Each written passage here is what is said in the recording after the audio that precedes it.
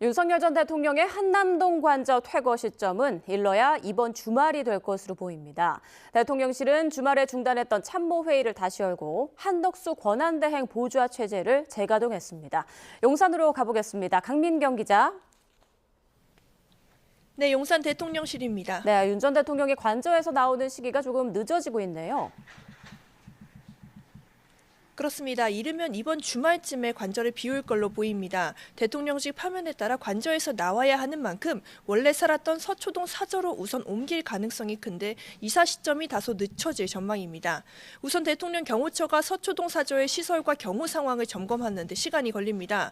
또 관저에서 짐을 정리하고 그동안 비워뒀던 사저 내부를 정리하는 작업도 만만치 않아서 이번 주 중에는 퇴거가 어려울 걸로 보입니다. 이르면 이번 주말 아니면 다음 주로 퇴거 시점이 늦춰질 가능성도 있습니다. 윤 전 대통령이 서초동 사저로 옮기더라도 이곳에서 계속 살지 여부는 아직 정해지지 않았습니다. 경호와 주민 불편, 그리고 윤 전 대통령 부부가 키우는 11마리의 반려동물 등을 두루 고려해서 단독주택 등으로 다시 옮기는 방안이 여전히 거론됩니다. 네, 윤 전 대통령 어제도 지지자 곁을 지키겠다 이런 메시지를 냈죠. 사저로 이동한 뒤에도 메시지 정치를 이어갈 거란 관측이 나오고 있는데 실제로 그럴까요? 어떻습니까?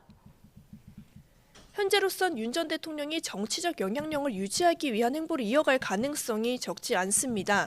어제 법률 대리인단을 통해 지지층 결집을 호소한 부분과 한남동 관저에서 보수 진영 정치인들을 불러서 차담을 이어간 데서 유추할 수 있는 대목입니다. 이를 두고 윤 전 대통령이 다가오는 대선 전국에서 정치적 영향력을 행사하려는 것 아니냐라는 해석도 나옵니다. 불소추 특권을 잃은 윤 전 대통령이 메시지 정치로 다가오는 수사에 대비하는 거란 해석 역시 나옵니다. 재구속 시도 가능성도 배제할 수 없는 만큼 윤 전 대통령이 이른바 아스팔트 지지층을 결집해서 일종의 여론전 방어막을 치려 할 수도 있는 겁니다. 다만 여권 관계자는 현재로선 추가 메시지 여부를 포함해서 정해진 건 없다며 구체적 행보에 대해서는 말을 아꼈습니다. 네, 그렇다면 탄핵 정국 폭풍이 지나간 대통령실 분위기는 어떻습니까? 파면의 충격에서 완전히 벗어나진 못한 모습이지만 업무 정상화의 움직임은 관측됩니다. 정진석 비서실장도 수석 비서관 회의를 재가동했고요. 직원들도 대다수 정상 출근한 모습입니다.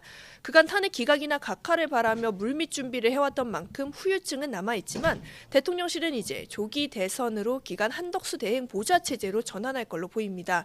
윤 전 대통령에 대한 기록 이관 등 현 체제에 대한 정리 작업 역시 속도가 붙을 걸로 관측됩니다. 지금까지 용산 대통령실에서 YTN 강민경입니다.